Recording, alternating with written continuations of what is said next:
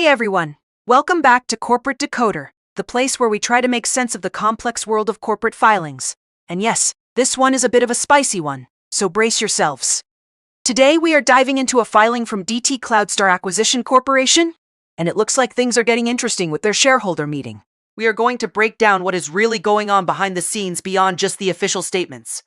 Before we start, if you appreciate getting straight insights from these corporate documents and want to understand where companies are really headed, make sure you are subscribed.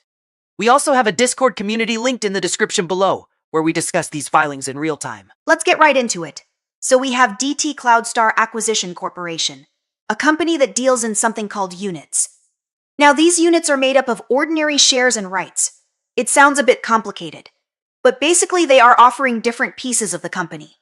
They have their ordinary shares, which is pretty standard, and then they have these rights that can give you a fraction of an ordinary share. Think of it like a package deal for investors. This filing is an update on specifically their units, which include both a share and a right. They are registered on the NASDAQ, a major stock exchange. This means they are publicly traded and accessible to many investors. Then we have their ordinary shares. Simply referred to as DTSQ, these are the basic stocks of the company. And lastly, their rights. DTSQ, these are interesting because they give holders the ability to get a fraction, specifically 1/9 of an ordinary share. This is a common structure for what are called special purpose acquisition companies, or SPACs. SPACs are essentially shell companies that pool money from investors to acquire or merge with an existing company. The date of this report is the 20th of October 2025. This is important because it tells us what information is current as of this point. So, DT Cloudstar Acquisition Corporation is incorporated in the Cayman Islands.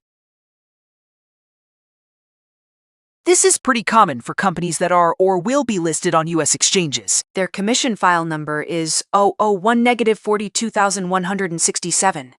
This is like their official identification number with the Securities and Exchange Commission.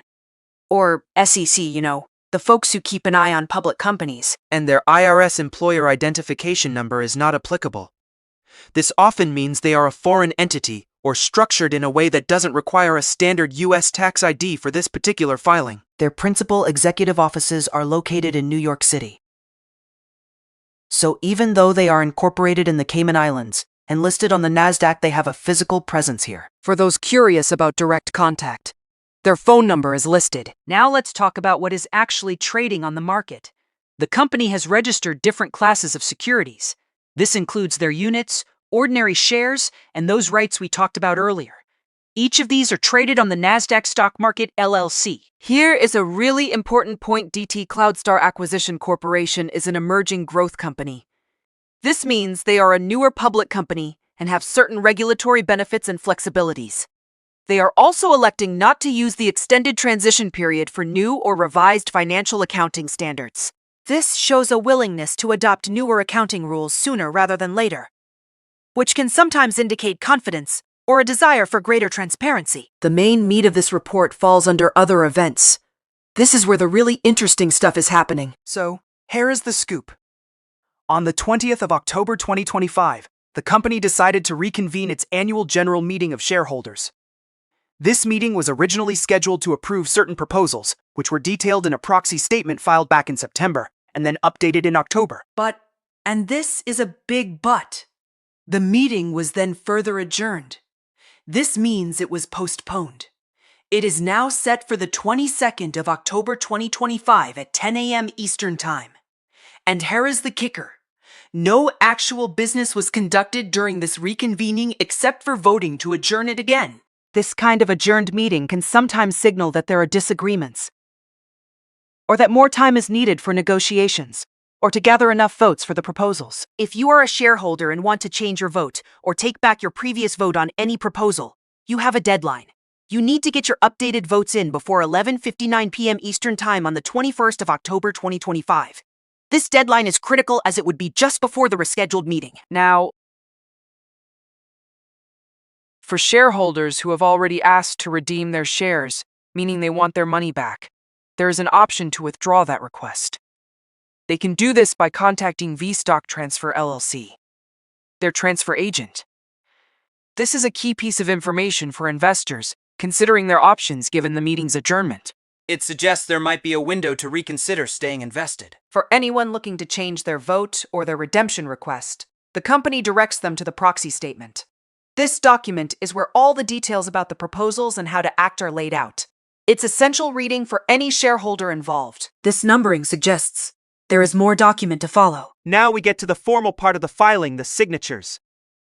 This section confirms who is officially signing off on this report for the company. This statement is standard for these types of reports. It just means the company is officially submitting this information as required by law. The date of the signature is also the 20th of October 2025, aligning with the filing date. This confirms the filing is on behalf of DT Cloudstar Acquisition Corporation. And here we see the signature, Samjung Sunday. Samjung Sunday is identified as the Chief Executive Officer. This means he is the top executive responsible for the company's operations and strategy. His signature signifies his approval and acceptance of the information presented in this report. Another page number indicating the end of the main content. So, what is the story here? DT Cloudstar Acquisition Corporation is in a bit of a holding pattern. The repeated adjournments of their annual meetings suggest that some important decisions are being delayed. This could be due to shareholders not agreeing with proposed plans. Or perhaps the company is still in negotiations for a merger or acquisition, which is often the ultimate goal for SPACs. The fact that existing shareholders can still change their votes or withdraw redemption requests up until the last minute before the rescheduled meeting indicates a period of uncertainty for investors. It's a time where they are actively being prompted to make final decisions.